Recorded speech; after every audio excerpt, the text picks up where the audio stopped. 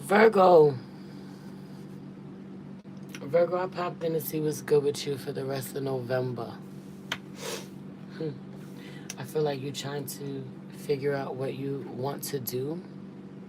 As I look at the different decks here, can't quite. You're the first reading that I can't quite figure out which ones I want to use. I feel like you have multiple options and you're kind of stuck in, analysis paralysis. So many options. You don't choose any, or you haven't chosen any, haven't made a choice.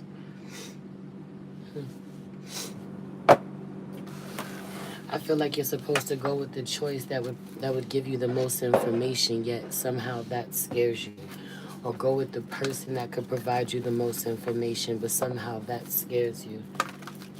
Makes you really uncomfortable to communicate with someone who has more knowledge than you do.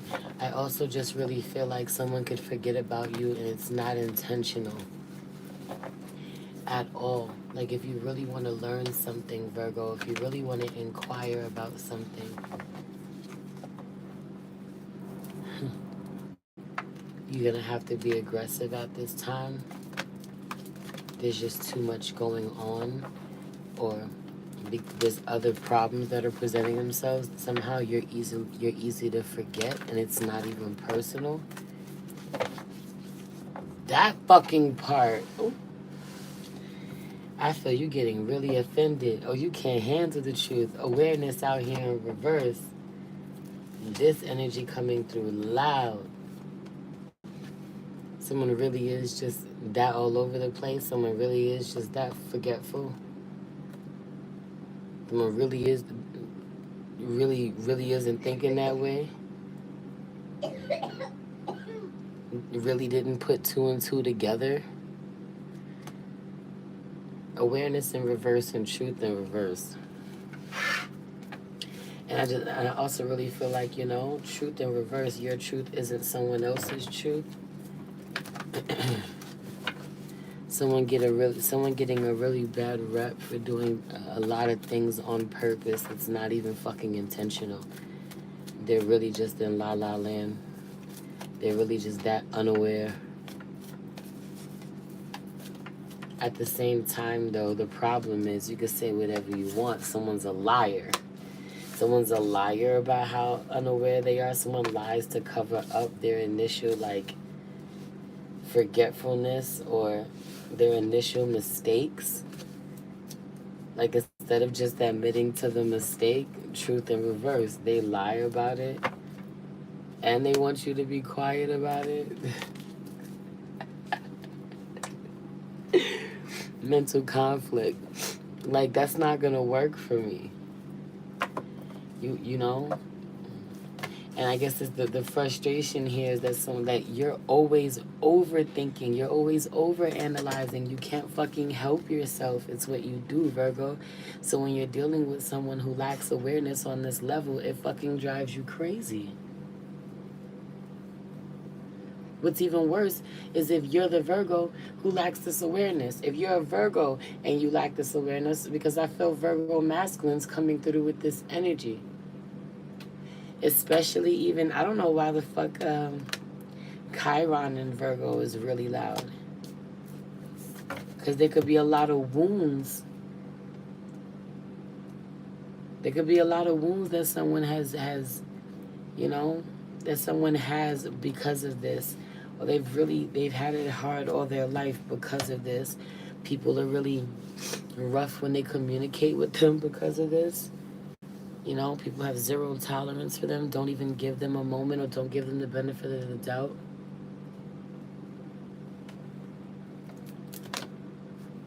Right. Quick to demonizing them. It's the devil card. It's the devil card in this deck. Again, I feel like though what starts out as innocent doesn't stay innocent because of the insecurity, right? This could be all the way back from childhood, rooted to childhood, right? Where there's this deep-rooted insecurity because of always getting a bad rep, not being able to communicate or speak your truth, suffering in silence out here in reverse, saying one thing Not only that, but I feel like someone doesn't know shit. Someone doesn't know shit, wouldn't know the truth if it hit them in the fucking face.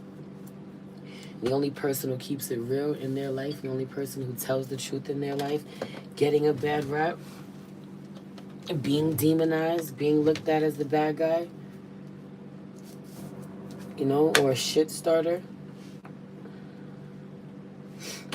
Ignorance is bliss. Awareness in reverse. I don't want to fucking hear your truth. Ignorance is bliss. You're the bad guy. I don't want to hear that shit. That brings me back to you really should lean into whoever has the most information, but you don't want to do that. Mm. And so I feel like there's something about, you know, two things. One, someone feeling like they never had a voice, so no one ever shut up long enough to let them speak or get their point across. Like people were just committed to misunderstanding them.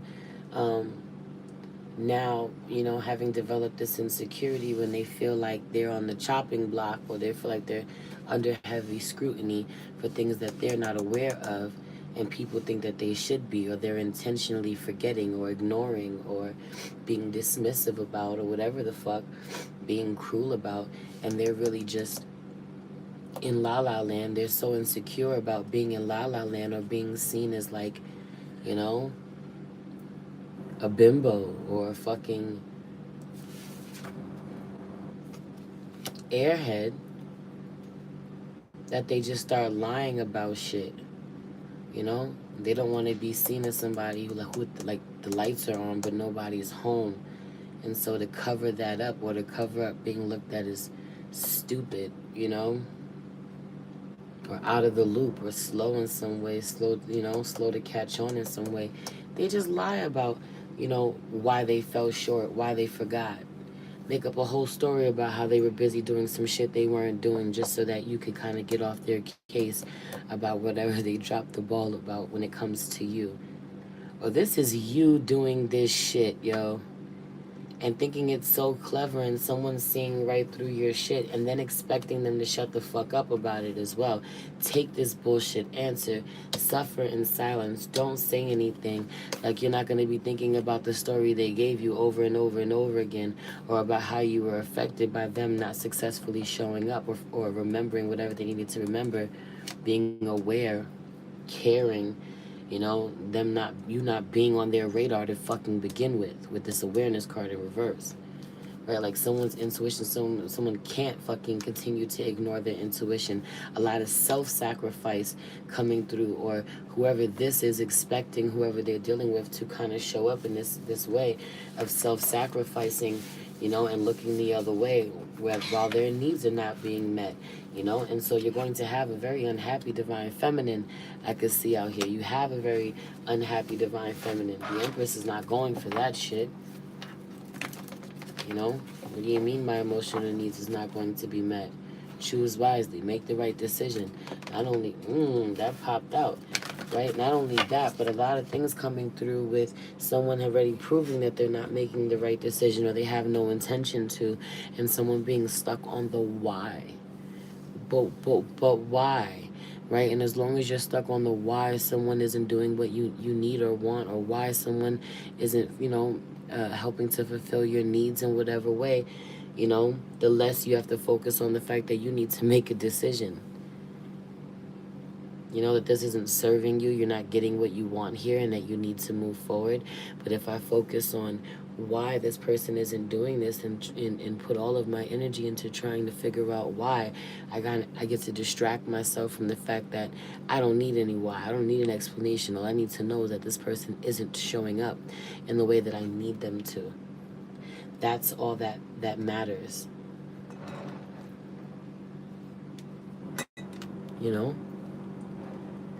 That energy.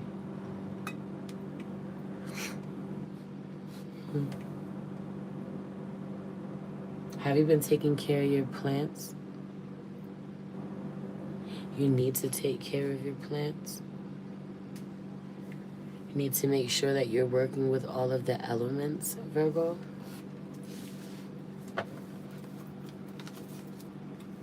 Right, yeah, there's something about But specifically, somebody lives in an environment where they could go on a little hike, or they could, go on a walk, go by a lake, go by a river, go by a creek, go by some waterfalls. Okay, they feel like there's a body of water. Someone's like, I live so far away from the ocean. Yeah, but there's other bodies of water for you to be working with. 10:23 on the clock. For some of you, it's specific that you're supposed to be working with fresh water, fresh bodies of water as opposed to salt water. That could be a download for someone working with Oshun as opposed to be working with Yamaya. Okay. Also, I feel like there's something there where someone is working with one deity when they're supposed to be working with another. This could be a sister deity, right? The way that Oshun and Yemaya are sisters. This could be someone who's in the family, right? They're related. You're almost there. That's the pantheon of gods, but that's the wrong deity. Do with that information what you will. You know, you're making offering to or calling on one deity, and there's another in that particular pantheon that would be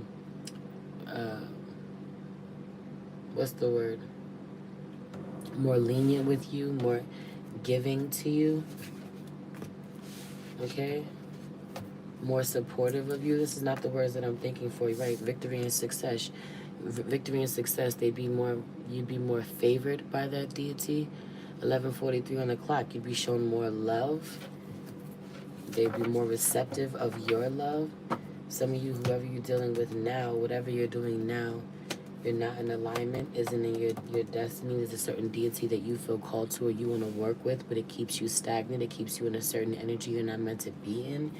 Keeps you in alignment with certain frequencies you're not, and morals, principles that you're not meant to live by, keeps you in alignment with I just feel like there's something about fighting the good fight long enough. Some of you need to align with deities that represent, right, 12:21 on the clock. I show up to the world, be reflected back to you by the universe. Some of you need to align yourself with certain deities, right? Some of you have been working with deities that are war deities, that they're really protective, okay? Some of you have been in a big war. Things have been really rough. You've needed that darker, stronger, more protective energy.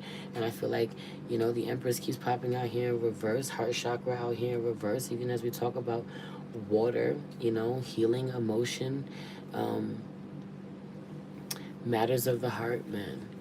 I just feel like needing to deal with deities who are softer, or their focus is having a soft life, living a soft life, love, beauty, abundance, the wonderful things in the world, the most beautiful things in the world. Again, there goes that Oshun energy that's coming through for me. But again, not necessarily. This could be whatever that energy is, whatever deity represents that energy, and whatever pantheon that you choose, pantheon of gods that you choose to work with.